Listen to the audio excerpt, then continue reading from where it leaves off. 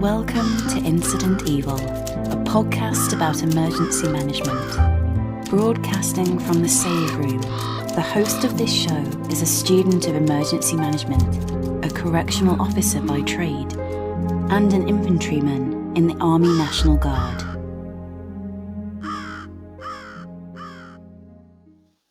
Hello, and welcome to Incident Evil. This is my emergency management podcast and my disaster preparedness podcast. I talk about emergencies and disasters, of course, hence the name Incident Evil. I came up with the name when I was out deployed in Poland, out in East Europe, and I was in the field, and I wanted to use, a cool name that sounded dark and spooky. I wanted to use something wicked, but I believe that has been taken probably more than once. And so if you've ever read the book or seen Ray Bradbury's Something Wicked This Way Comes, it kind of falls along the line of disaster preparedness. So I came up with the name Incident Evil and realized that it kind of resembles a popular 90s video game, which actually falls into the whole emergency management thing because it has to do with a pandemic that hits a small town. And so I kind of ran with it. It sounds dark and spooky. And so that is the name of the podcast, Incident Evil. And so I thought it was fitting for emergency management and especially disaster preparedness, which was my major in college. And so you may not know this, but the word disaster comes from the Greek and it means bad star. That was back in the old days when the force of nature was an act of the gods or the stars and made something bad occur, made an evil incident occur. Today I'm going to talk a little bit about disasters. I'm going to talk about NATEC disasters.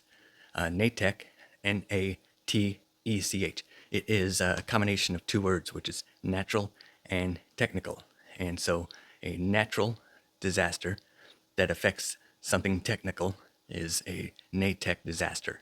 And so a technical disaster, as we know, is a man-made disaster, one of the categories of man-made disasters, when something impacts our technology. And one of the biggest examples of that happened at 2:46 in the afternoon on March 11th in Japan. And so on March 11th, 2011, a 9-point magnitude earthquake struck Japan. And so this resulted in a tsunami, a 55.88 meter tsunami. That's about 183 feet. That's about 6 or 7 telephone poles stacked on top of each other, or roughly the size of a tower at an airport.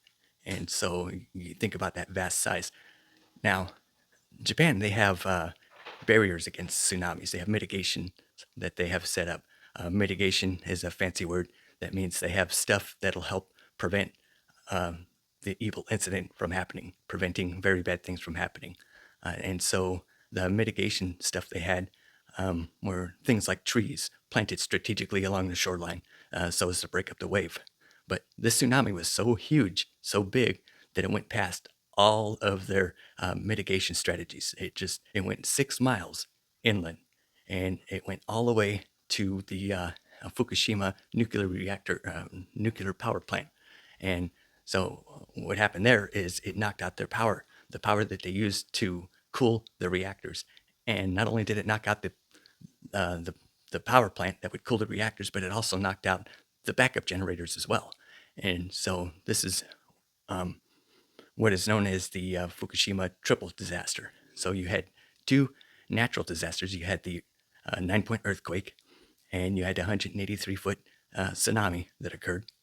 And then you had basically what resulted in a partial meltdown of one of the reactors because of the power being knocked out. There's other stuff that happened could be considered a disaster that didn't really make the papers, didn't really make the news, but it was still bad things that happened. It was still evil incidences that happened, as it were. And so in order to try to cool off the nuclear reactors, they started pumping seawater into the reactors to cool it off.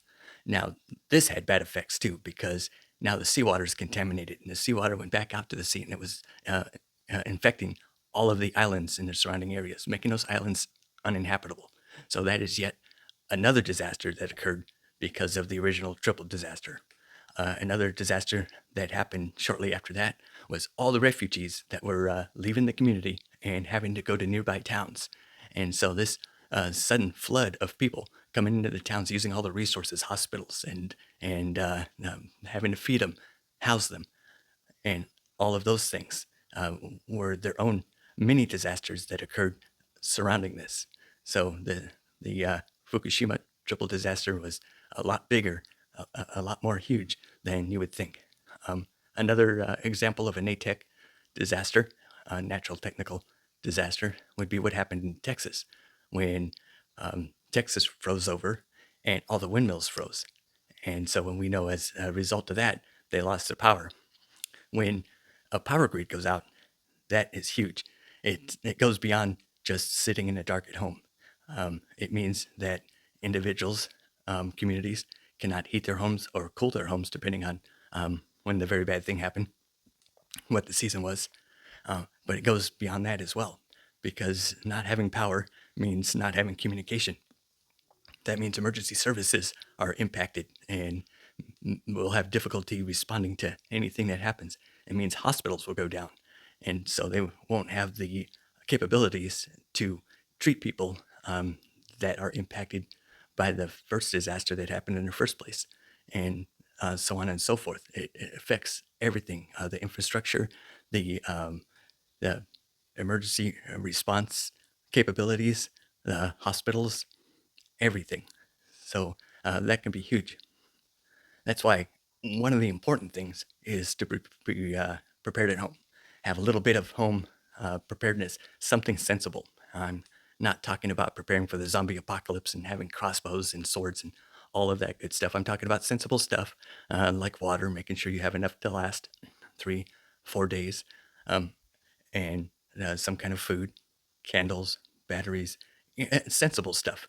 And there's whole kits you can buy out there, but it's better if you just do it piecemeal, little by little, kind of build up your stock. I know we all have limited space, so it's kind of hard to have total preparedness, but just a few items here and there that can sustain you and your family for several days. Beyond that is also what you keep in your car, what's in the trunk of your car. Do you have a little bit of extra water, maybe a little bit of extra food? You never know when you're stuck on the side of the road or you're stuck in traffic. Or, when you're stuck in traffic, you're not actually stuck in traffic, right? You are traffic at that point. Your car is stuck in the middle with all of the rest of them. And so, how do you sustain yourself if that is prolonged? Or maybe you're stranded at work and the trestle's closed, the bridge is closed, the roads are closed, everything's frozen over, um, or some kind of natural event occurred that prevents you from leaving where you work. Now, what do you have to sustain you? And it doesn't have to be very long, but it's something that can, change of clothes, um, warm weather gear, a little extra food, water, first aid, little things like that.